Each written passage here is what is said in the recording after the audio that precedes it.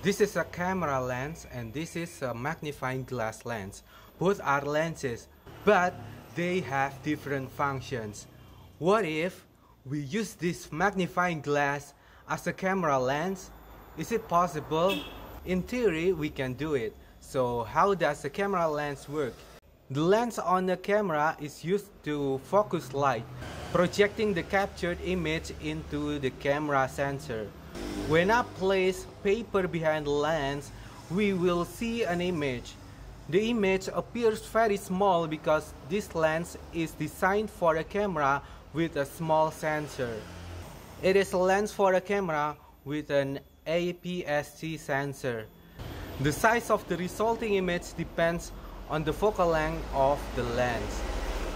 As it is a zoom lens, we can adjust its focal length. We can zoom in and zoom out like this. Similarly to a camera lens, a magnifying glass lens can also be used for the same purpose. If we place paper behind the lens, an image will be formed. I am using a large piece of paper because this magnifying glass lens has a longer focal length. Focal length is measured from the distance between the lens and the camera sensor, or in this case the paper. We can see that the image is larger, and we also need to place it a longer distance compared to the previous lens. So it seems that this magnifying glass lens can be used as a camera lens, but we still need a way to mount it on the camera. And I have done it. Here I use cardboard that I have made into two cubes. At one end I use a camera cap that I have pierced. On the other tube I attach the magnifying glass lens. Not only that, I also use a simple mechanism that allows me to adjust the aperture of the lens. The aperture is how wide the lens opening is. The wider it is, the more light enters. However, the focus range becomes narrower, allowing us to get photos with a more blurred background. But it's also challenging to adjust the focus. We can adjust the focus by moving the lens forward or backward like this.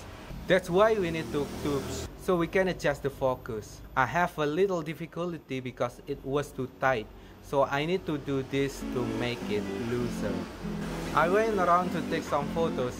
The camera I use is the Canon EOS 700D. This is an APS-C camera released in 2013. With this lens, we can take photos from a distance because its focal length is quite long and the sensor size is small.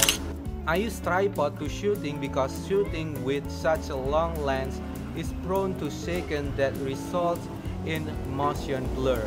Besides, it's a bit difficult to aim the camera at an object without a tripod. In reality, the colors in photos taken with this lens are somewhat faded, so I need to do some editing to make them look better.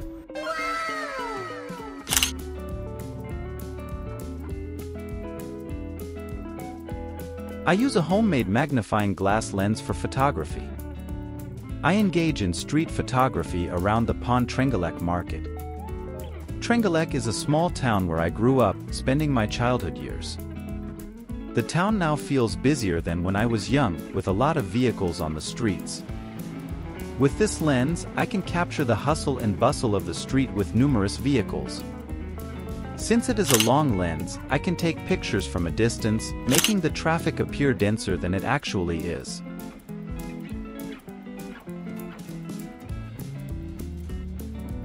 The resulting images turn out to be not very sharp. Nevertheless, I am happy with the results. In my opinion, the photos taken with this lens have an interesting characteristic. The images may look dirty because I often shoot with a narrow aperture, making dirt on the sensor visible. I photographed all these pictures in RAW format because that way I can edit more freely. Photos taken with this lens need editing as the colors are too faded and lack contrast. Perhaps this could have been prevented by using a lens hood. Unfortunately, I forgot to make and attach the lens hood. But it's okay. I can still edit the photos.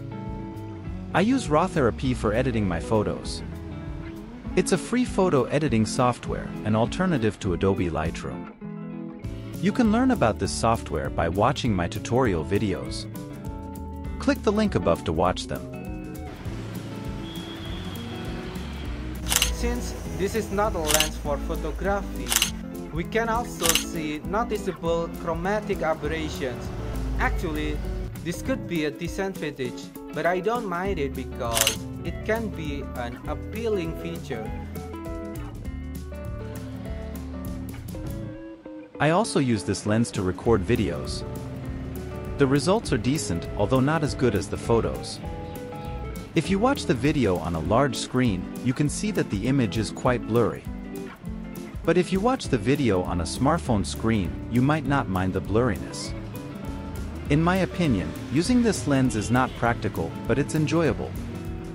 We have to make the lens ourselves, and then we also have to manually adjust the focus, which can be challenging. Additionally, we need to be careful because this long lens is prone to shaking, resulting in motion blur. However, I'm happy because with this, I can take long-distance shots without expensive costs.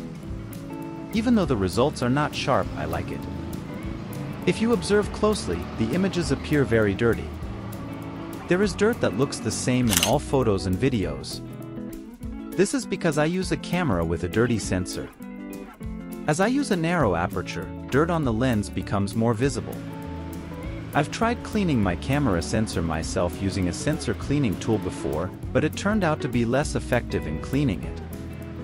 Actually, if I use a regular camera lens, the photos would be clean without dirt. That's because I can use a wider aperture. Unfortunately, when using this magnifying glass lens, I have to use a narrow aperture because the focus is difficult to adjust. Moreover, this lens is not sharp. I position the camera at a very high angle, and with this lens, the streets appear denser. The vehicles seem to move slowly.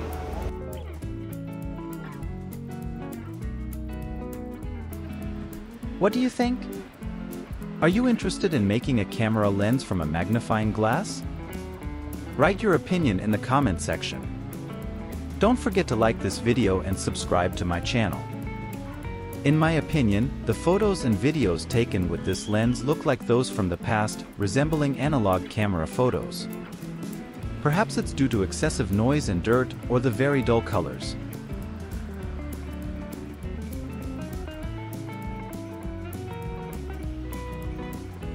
The advantage of the long lens is that the people I photograph don't realize they are being photographed or recorded because the distance is quite far. The person directing traffic is actually my barber. You can gauge his skill in shaving by looking at my current hairstyle. I don't know his name because I've never asked. He is deaf and I don't know sign language, so I've never inquired about his name. Moreover, as an introvert, I rarely ask people for their names.